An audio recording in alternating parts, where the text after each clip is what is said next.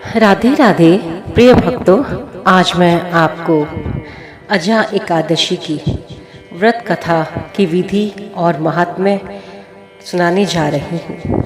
कथा इस प्रकार है। कुंती पुत्र युधिष्ठिर कहने लगे कि हे भगवान, भाद्रपद कृष्ण एकादशी का क्या नाम है?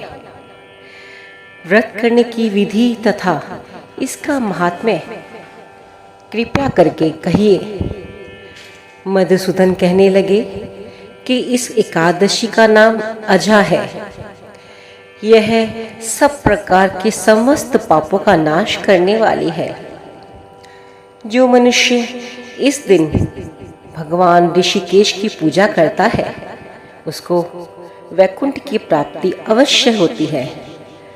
अब इसकी कथा सुनिए।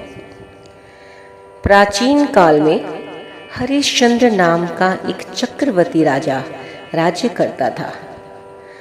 उसने किसी कर्म के वशीभूत होकर अपना सारा राज्य व धन त्याग दिया, साथ ही अपनी स्त्री, पुत्र तथा स्वयं को बेच दिया।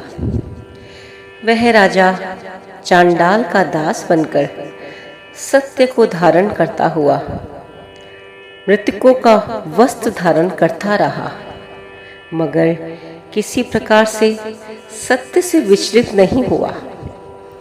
कई बार राजा चिंता के समुद्र में डूबकर अपने मन में विचार करने लगता कि मैं कहाँ जाऊं, क्या करूं, जिससे मेरा उद्धार हो।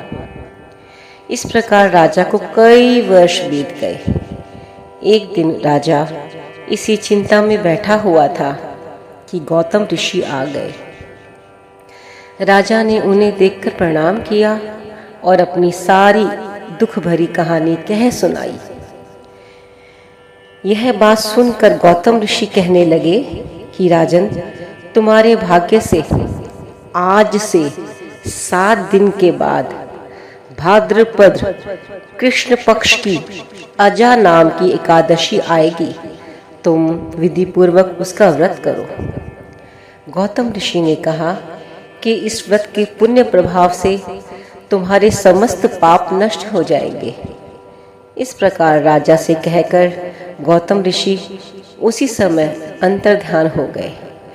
राजा ने उनके कथनानुसार एकादशी आने पर विधि पूर्वक व्रत व जागरण किया। उस व्रत के प्रभाव से राजा के समस्त पाप नष्ट हो गए। स्वर्ग से बाजे बजने लगे, पुष्पों की वर्षा होने लगी। उसने अपने मृतक पुत्र को जीवित और अपनी स्त्री को वस्त्र तथा आभूषणों से युक्त देखा। व्रत के प्रभाव से राजा को पुनः राज्य मिल गया। अंत में वह अपने परिवार सहित स्वर्ग को चला गया। जय श्री कृष्ण।